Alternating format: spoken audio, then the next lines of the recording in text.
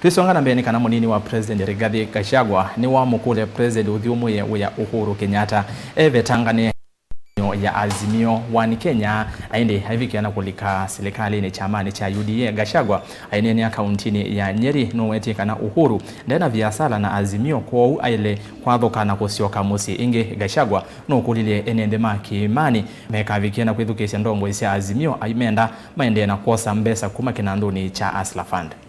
Governor, ningetaka nikuambie huyu mtu anaongea huko Murang'a hapa anashughulika na hii watu. Governor, uko na kazi mingi sana ya kufanya hapa Nyeri. Forget about these characters. Unajua hii watu walikuwa kwa Azimio wamechanganyikiwa. Aende huko. Ndio hiyo wamechanganyikiwa. Hajui la kufanya, amekwama. Unajua alikuwa anafuata hiyo mzee ya kuzimia wakifikiria ati atakuwa rais wa Kenya. Sasa anafikiria ati akitaja jina yangu atakuwa na relevance.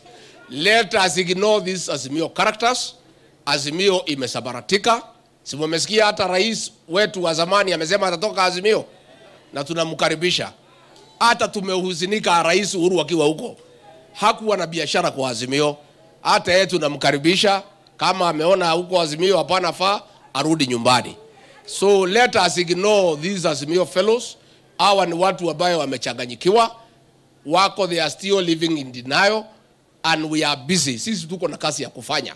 Tuko na kazi ya kupanga mambo ya hustler fund, mambo ya kupanga soko na kazi mingi sana. So let us ignore those characters. Sisi wacha tufanye kazi ambaye tulipewa na hii wananchi. Huu mpango wa hustler fund, mesikia kijana amesema 500 ni kidogo. Wacha nikuambie, hiyo 500 ni ya kuanzia.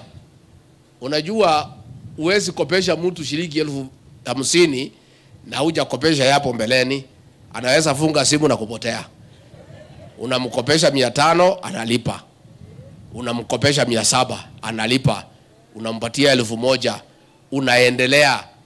Sasa ukitengeneza njia mzuri unapewa 50,000. So mimi naomba mpaka wa leo tumepeana ile mkopo, tumepeana ni 9.4 billion na wale wamelipa ni 2.4 billion.